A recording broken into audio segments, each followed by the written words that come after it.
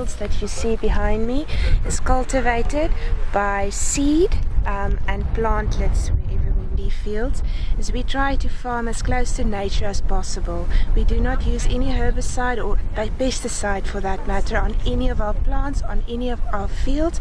We are organic certified as well. Also, we prefer only using cultivated tea instead of doing wild harvesting and just taking out of nature and not putting back. So all our tea is cultivated. I have two types of honeybush in our tea fields that you can see.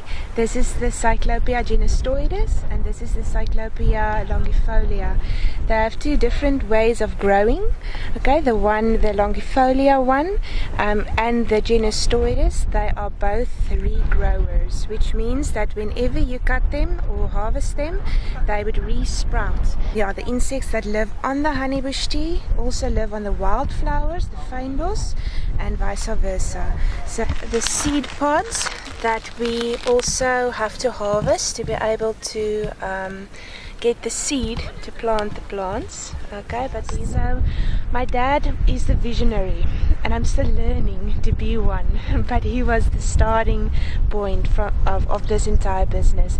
It was also my mom and his idea to start it and doing it organically and doing it sustainably and as close to nature as possible. But I'm only in this business actively for the past 2 years now. So everything is not new, but I'm still growing with the business as it develops. About 100 hectares of tea at the moment, but we do have other fields that we also can buy tea in, and they are organically certified as well. The flowering season is in September and October, so we do offer our clients flower tea as well, but it has a specific taste that not all people like. So we clearly tell our clients and we offer them flower honeybush tea or flowering honeybush tea, and that's what they get when this entire plant is covered in flowers. But the flowering season is almost over or practically over, so now we just offer our clients the normal honeybush tea, and it has the most sweet smell that you can imagine. Obviously attracting bees and stuff, but this is what I mean by attracting insects. These are the insects that also live on honeybush, okay, as well as other fynbos. So we prefer not getting rid of the fynbos to be able to get the insects that live on the tea to live on the fynbos as well. So we prefer the gynostoides to the longifolia. Honeybush tea is a wonderful herbal tea with a sweet taste without caffeine, and you can drink it all day over with many minerals inside as well.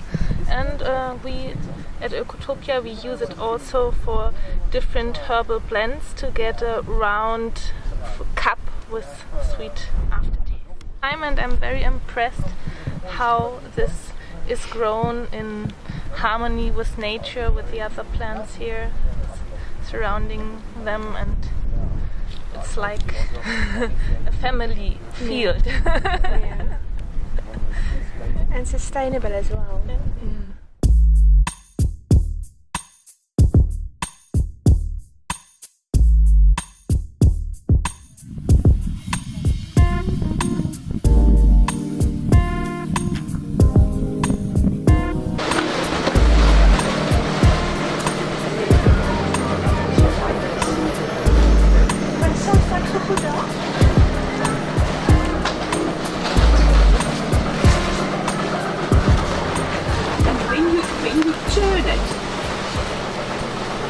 So that the bottom can be on top and the top.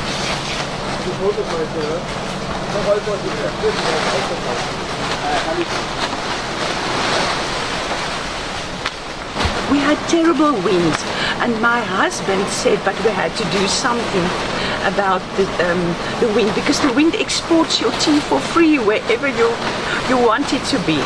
And then we erected these tunnels, and since then a peace has descended on this farm. But we sell it as tea and not as a medicine. And strangely enough, the first question that people ask you is, what does it help for? So I said, oh well, we use it as tea. But people have said that they benefited it for diabetes too. It isn't actually that the honeybush tea lowers your sugar levels, but it stabilizes it between too low and too high. But that hasn't been scientifically proved, so that news is just spread by word of mouth. There was a research done by a PhD student on breast cancer cells, and he took it to the lab and he treated them with honeybush, and they all died. So the next step would be to test it on people, but it hasn't been done yet.